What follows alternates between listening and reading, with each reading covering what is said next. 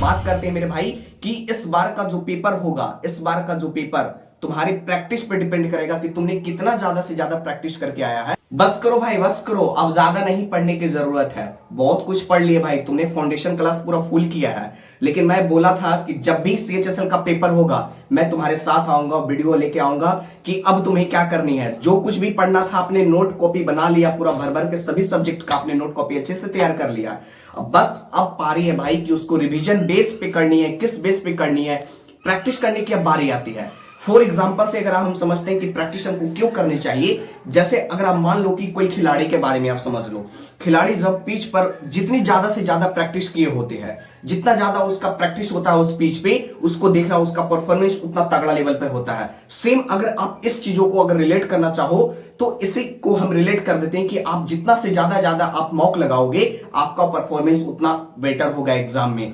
और बात करते हैं मेरे भाई कि इस बार का जो पेपर होगा, इस बार का जो पेपर तुम्हारी प्रैक्टिस पे डिपेंड करेगा कि तुमने कितना ज्यादा से ज्यादा प्रैक्टिस करके आया है, उसी पे तुम्हारा डिपेंड करने वाला है।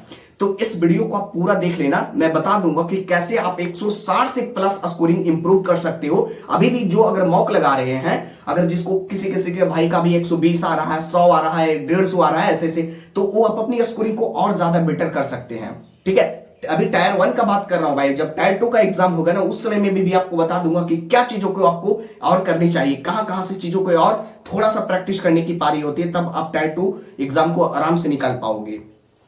अब देखो बात क्या है ना भाई कि देखो सब कुछ आपने पढ़ लिया, आपको बस दो काम करनी है। रिवीजन जो होगा ना, रिवीजन जो आपने नोट कॉपी इसको तैयार किया है, ठीक है, नोट कॉपी की बात कर रहा हूं, जो आपने नोट कॉपी तैयार किया है उसको अच्छे से प्रैक्टिस करो। बस प्रत्येक दिन एक चैप्टर उठाओ, ठीक है, जो भी सब्जेक्ट का हो, प्रत्येक दिन एक चैप्टर का उठाओ और उसको अच्छे से प्रैक्टिस, उसको अच्छे से याद करो और देखो क्या क्या चीजें होते हैं, क्या क्या कॉन्सेप्ट है, क्या क्या रूल है, उसको देखा करो। ठीक है, उसके देखने के बाद जब धीरे धीरे जब हो जाए तो तुम्हें क्या करनी है कि भैया सब कुछ, जो भाई को अभी भी लग रहा है ना, किसी किसी का भाई को होता है कि भाई वोकब नहीं सही से हो पा रहा है, अभी वोकब के लिए उन्होंने वीडियो में कमेंट करेगा, तो मैं बता देता हूं कि एक ब्रह्मांड टीचर है जो यूट्यूब पे आप देख लेना जाकर, उनकी बहुत काफी फैन फॉलोइंग है भाई।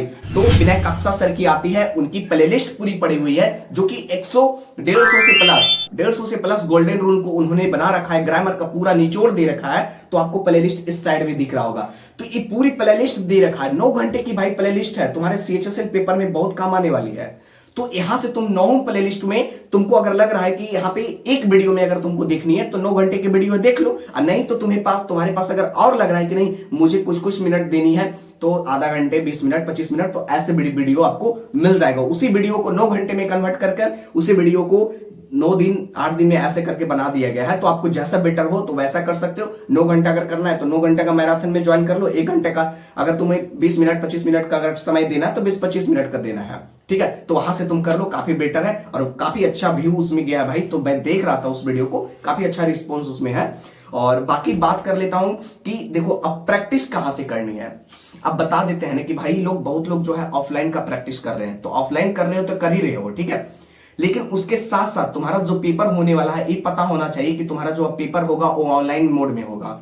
अब तुम ऑनलाइन मोड में, कोई भाई का जो होता है ना, गांव से रहते हैं, प्रिपरेशन कर लेते हैं अच्छे से, उसको माउस पकड़ने के लिए भी नहीं आता है, तो माउस पकड़ने की प्रैक्टिस डाल लो, क्योंकि भाई 75 दिन का समय बचा है। ठीक है, मैं नहीं बोलूंगा 90 दिन, क्योंकि जून जुलाई में एग्जाम को लीक दिया गया, जून या जुलाई में तुम्हारा एग्जाम कंडक्ट होने वाला है।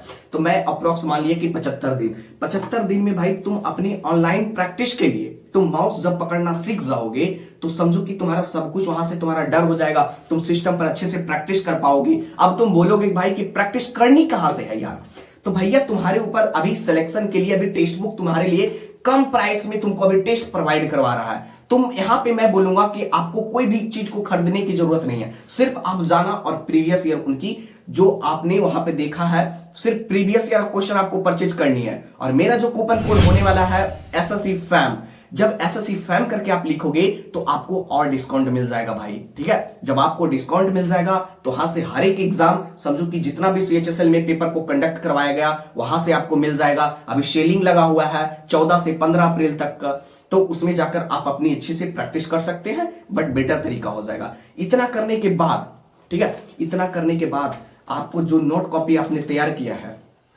ठीक है, आपके पास जो नोट कॉपी है ना भाई, उसको प्रत्येक दिन एक एक चैप्टर रिवीजन ऐसी करनी है कि समझ जाओ कि तुम्हारा ना, कि भैया कोई क्वेश्चन अगर तुम्हारे माइंड में, अगर तुम्हारे पेपर में अगर दिख जाए तो तुम्हारा डायरेक्ट अटैच होना चाहिए, भैया इसका तो ये कॉन्सेप्ट होगा, इसमें तो ए लॉजिक लगता है, इसमें ए लॉजिक लगता है। ये तुम्हारे ऊपर जब भी बनेगा ना, ऐसा दिमाग कब आता है, जब तुम जितने ज्यादा से ज्यादा प्रैक्टिस किए हो, चाहे ऑनलाइन मोड में करो चाहे ऑफलाइन मोड में करो। अगर ऑनलाइन मोड में कर रहे हो तो तुमको एग्जाम में कभी डर नहीं होगा, कभी तुमको ऐसा नहीं लगेगा कि भाई अब क्या होगा, भाई सिस्टम पे बैठ गए हैं, पता नहीं कैसे कैसे क्वेश्चन बनाएंगे, कैसे होगा। ये सब डर जो है ना हट जाएगा, देखना तुम, ठीक है, जब तुम ऑनलाइन प्रैक्टिस किए रहोगे टेक्स्ट बुक पर जाकर तब, ठीक है। और बता देते हैं कि हर एक सब्जेक्ट का ऐसा नहीं कि एक सब्जेक्ट, देखो कोई भी गाड़ी अगर चलता है ना भाई, तो उसमें 4 पहिए होना जरूरी होता है, और चारों पहिए में हवा एक लेवल की होनी चाहिए, बराबर। तभी अगर 3 पहिए में अगर हवा है, एक पहिए में नहीं है, तो वो गाड़ी आगे तक नहीं चल पाती है। इसे समझ सकते हो ना इस एग्जांपल से।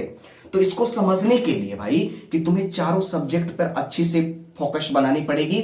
और तुम्हारा जो प्री का भी पेपर होने वाला है सीएचएसएल में, जो तुम्हारा प्री का पेपर होगा वो 200 नंबर का होगा, और 200 नंबर होगा तो तुम्हें सारे सब्जेक्ट से 25 क्वेश्चन पूछे जाएंगे। 100 नंबर का पेपर होगा, एक क्वेश्चन तुम्हारा 2 मार्क्स का होगा।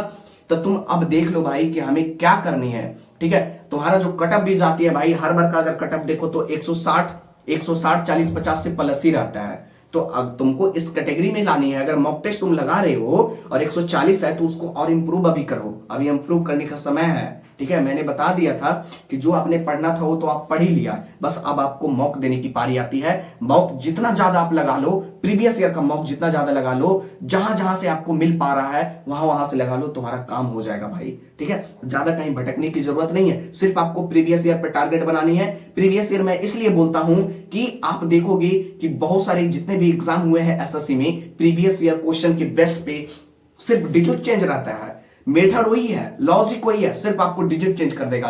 किसी किसी का सीएचएसएल में 22 वहां पे दिया हुआ है कि 22 डाटा दे दिया, किसी किसी का 27 दे दिया, भाई सिर्फ डाटा को चेंज कर दिया जाता है, बाकी क्वेश्चन का कहना सेम बात, लॉजिक सेम बात, मेथड सेम बात, सब कुछ सेम होता है। धन्यवाद भाई।